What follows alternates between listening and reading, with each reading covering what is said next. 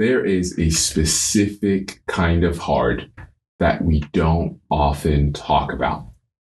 It's not the kind of hardship that we face with a crisis or a sudden loss or even a moment where everything collapses at once. That kind of hard is visible.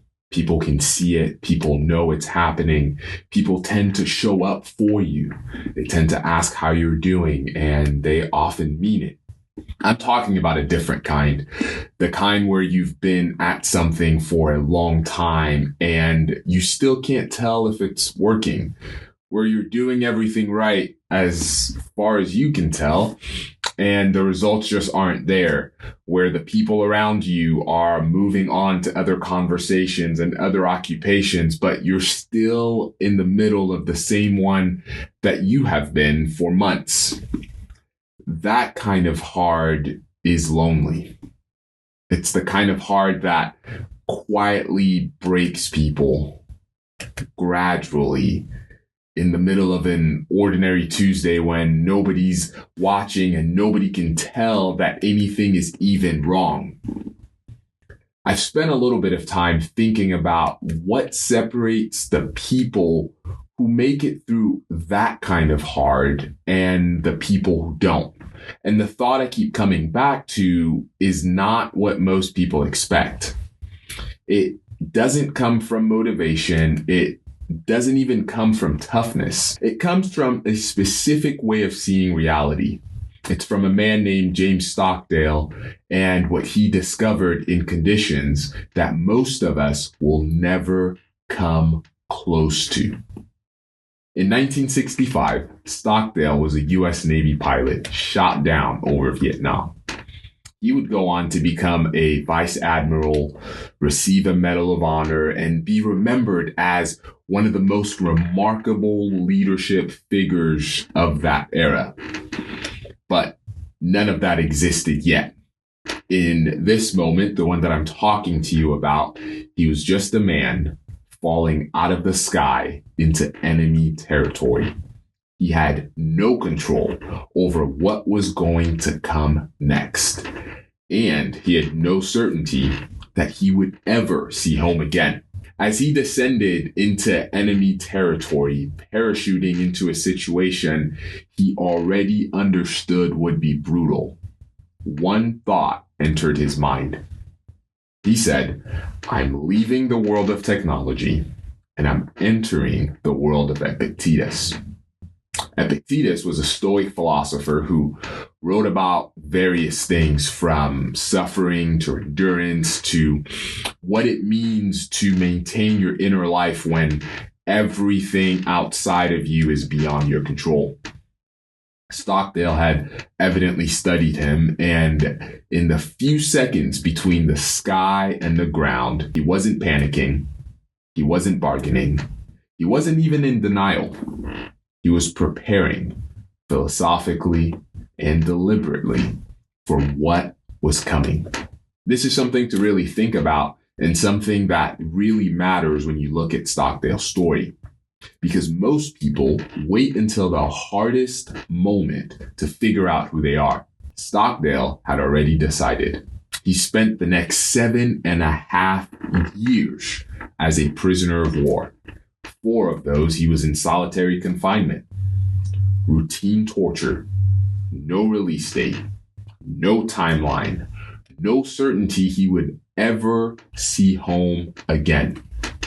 All he had was time, pain, uncertainty with no visible end in sight. What I keep coming back to isn't just the fact that he survived.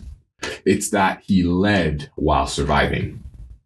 Stockdale was actually the highest ranking officer in the camp, which meant he felt a deep sense of responsibility, not just for his own endurance, but also for the identity and the morale of every man that surrounded him. And the environment they found themselves in was designed to strip people of exactly that.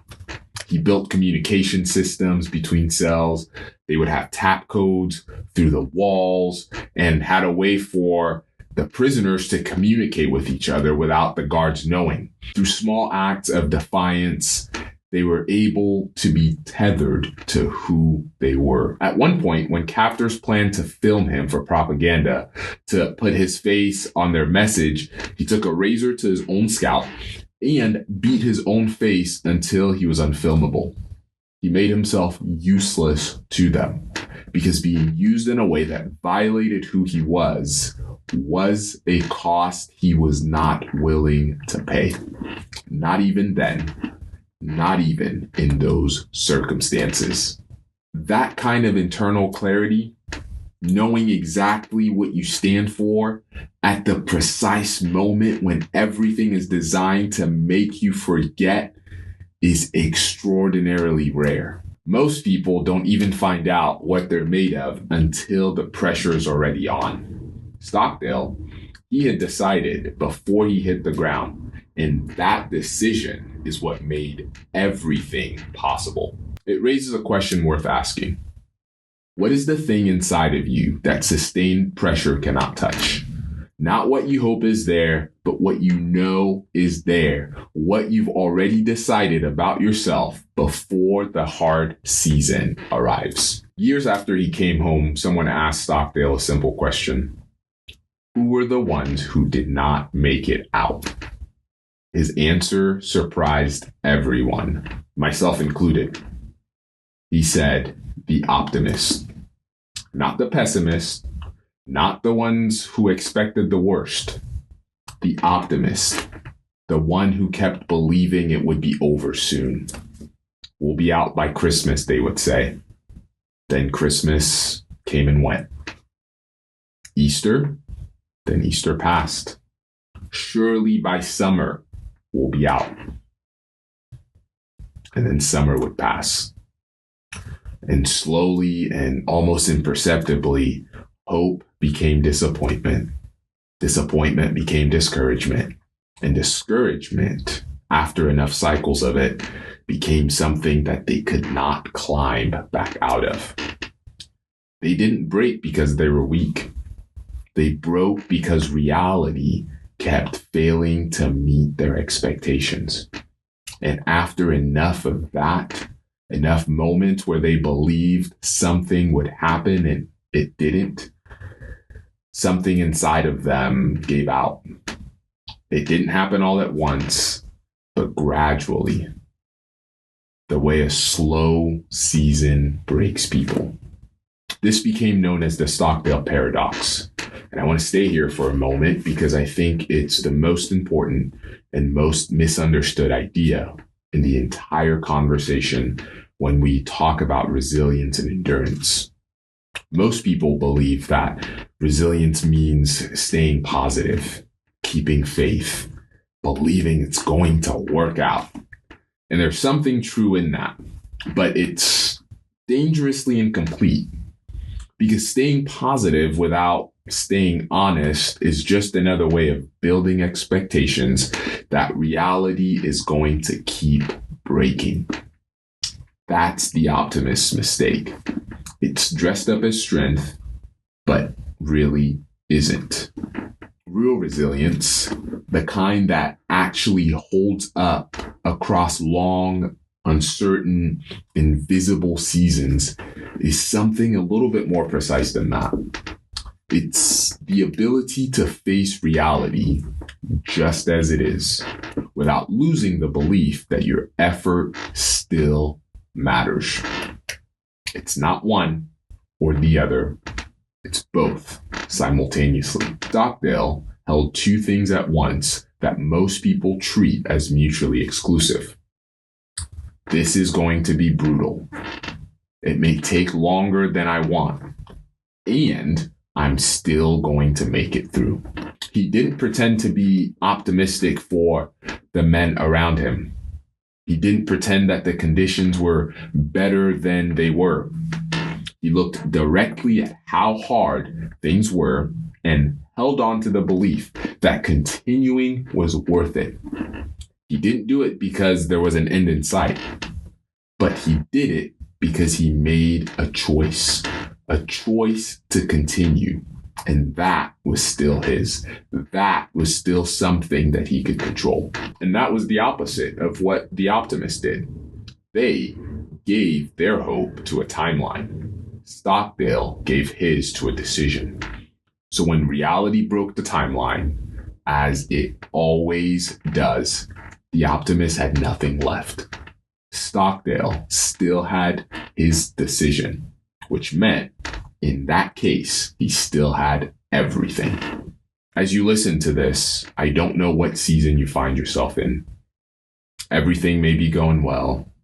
Everything may be falling apart, or you might be somewhere in between. I do know that you're likely here listening to this because you're serious about your growth. And if you've been serious about it for long enough, you've already found yourself in a season that looks nothing like what you had planned. Maybe you've been building something for the last few months or the last few years, whether it's a business or a career or some kind of work that means something to you. In the beginning, like everything else, there was energy in it. The vision was clear, the possibilities felt close, and the effort felt like it was going somewhere. Then year 2 arrived, or month 10 arrived, and growth was maybe slower than you projected. Then year 3 arrived, or maybe the next phase, and you're still not where the plan said you'd be. And somewhere in that gap, a voice showed up that sounded completely reasonable. Maybe this isn't working. Maybe I read it wrong. Maybe the timing is off. The hard part about that is that that voice isn't lying. The timing might genuinely be harder than you expected. The market conditions might be more resistant than your plan assumed. Those things can all be true. But the Stockdale Paradox forces a question you have to answer honestly. Is the difficulty evidence that it's over? Or is it evidence that it's hard? Because those two don't yield the same answer. One is a signal to stop. The other is just the nature of anything worth building. And the one that you land on changes everything about what you do next. Maybe it's not a business. Maybe it's a long, quiet, hard season in a marriage. Not really a crisis, but just a stretch where the connection that used to feel natural now requires more deliberate effort, where conversations that came easily now have to be started on purpose. And you've been telling yourself, it'll turn a corner, something will change. Once work slows down, or once the kids are older, or once this particular stretch passes. But the corner hasn't come, and every week it doesn't. A story gets a little louder about what the distance means, about whether the effort is worth it, about whether something is fundamentally broken in the marriage rather than just genuinely hard.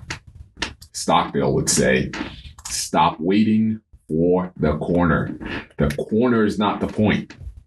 Face the reality that the season is hard, that it is actually hard, not just inconvenient. And hold on to the belief that what you're putting into it still matters. Not because relief is close, but because the relationship is worth the work, regardless of when it gets easier.